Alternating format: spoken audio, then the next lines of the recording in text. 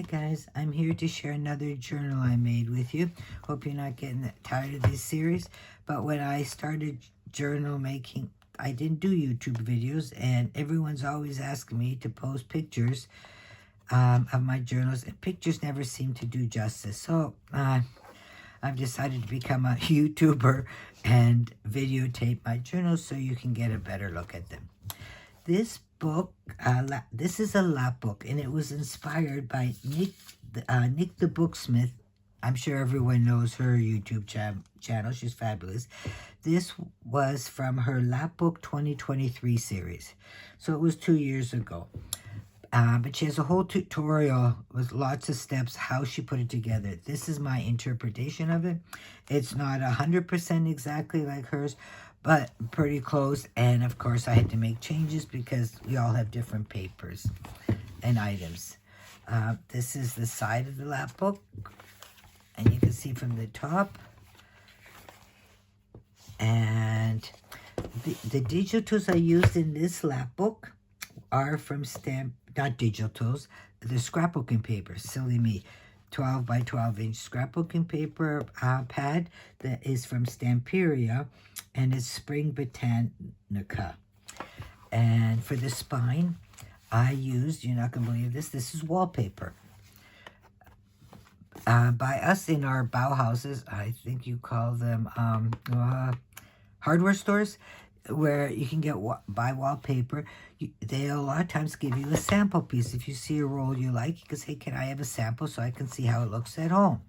Well, I always, when we go to them, I always check out which wallpapers look cool, and then I ask for some samples, and then I use them in my journals. So the spine was made using wallpaper. The book was constructed using two hardcover books.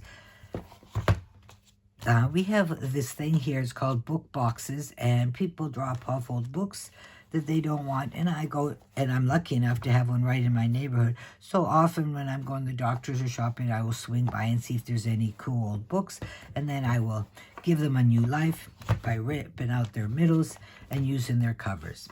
So these were two books that were the same size, so that was great for this purpose. And for the spine, I'm sure I used what we call gray board. It's thick cardboard, 2 millimeter.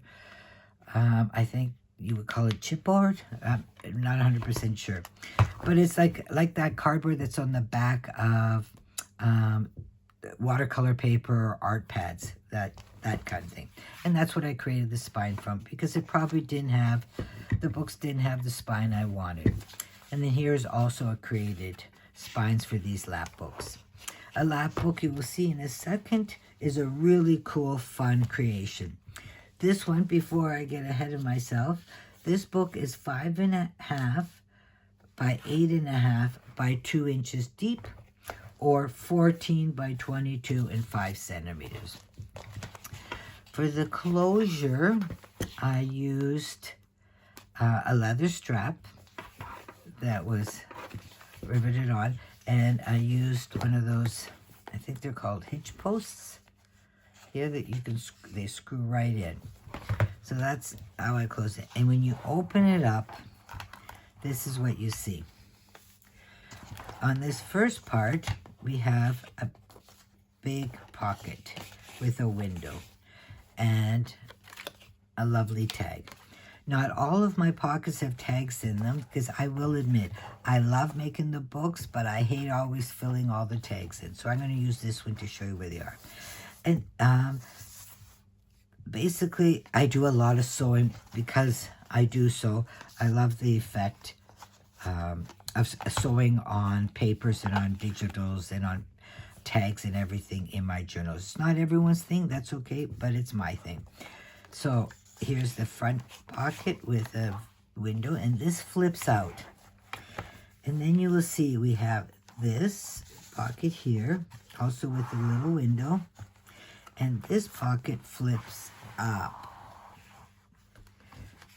And then here is also a pocket. It's not a pocket, this flips up, and here's a pocket. And then we have this pocket. It's an envelope, and it flips out. as you see, it's a big envelope. And in here is a tag. And that goes in there. And this is just a closure I made from die cuts that I embossed. And I don't know if you could see that. It's highly embossed. And I cut it out a couple times to make it really stiff so it could be like a good closure. And then this flips also, so you have more writing space. I didn't leave this open back there because I didn't want to weaken it, and I figured it was enough pockets. So that closes like that, and this flips down. And the next section, leave this here, is a writing pad. A lot of coffee dyed papers. As you see, coffee dyed stenciled papers. And this pad will come out so you can change it out. But problem is I'll never write in this book. It'll never need to be changed out. And that closes up like this again. Now the middle here, as you see, these are the two books that create the Lapbook. Well, let me see if I have to zoom out a bit. Oops. I can't seem to zoom out high enough. My stand isn't high enough.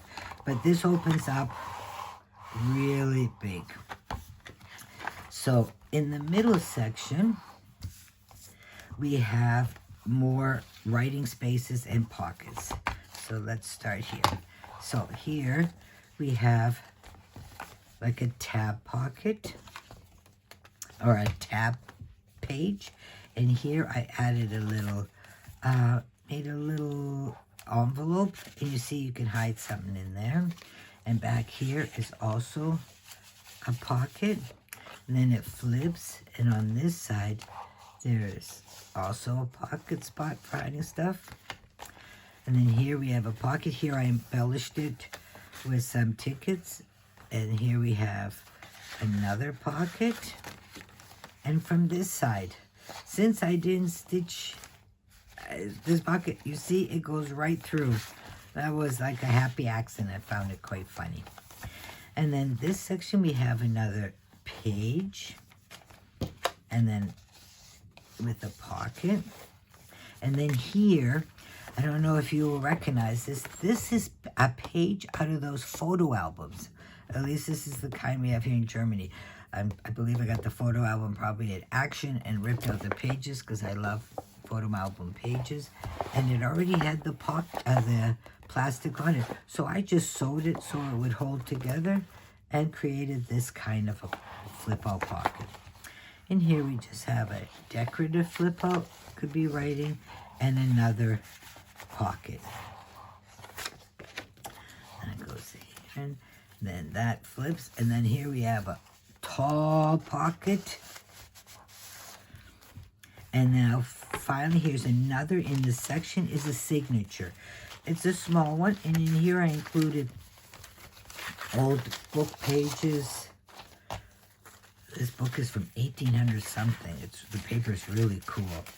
And some coffee dyed papers and whatever I had. A great way to use up some of them for writing space. Line papers. So that's like another little journal section. And then here we have a divider, but it is a pocket on this side. It's got this type of a closure, and it opens up like this. And then in here, you have two pockets and also one here. Actually, this journal should have been called Plenty of Pockets. And that closes like that. And then we have this here. Do you think there's enough pockets? And this is a digital that I printed on thicker cardstock because it was the nice color green. Now we're coming to the last section. And this was the most fun to do. And I did a little different again as Nick did, but the concept is the same. Okay, first we have here a pocket, and then I made these. These I love to use. You'll see them quite often in my journals. They're great for writing spaces. They're little envelope notepad sort of. And they flip, whoops, they flip all the way down. And they fold up to look like a little envelope. And now here we have what she came up with. It was really clever. This is a box. It's held with a magnet. And when you open it, since this is supposed to be a botanist journal, here I have in this box those little round, I think these are actually for coins, but I didn't feel like making all the little square ones. She did, and I figured they work great for collecting specimens also. So here I have all my little containers for specimens, a pencil to make notes, and then here I wish I could remember from where I found this digital. If I do find it, I did look for like an hour through all my stuff and I couldn't find it, but if I do find it, this was a magnifying glass digital that I enlarged, and I put vellum to give it that look, and so you could pretend like you were a real botanist here. And then that closes like that. The magnet closes up, and then this side comes in, and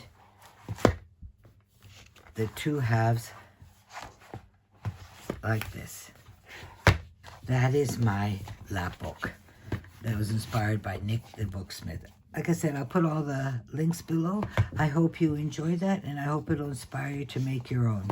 And until the next video, tschüss.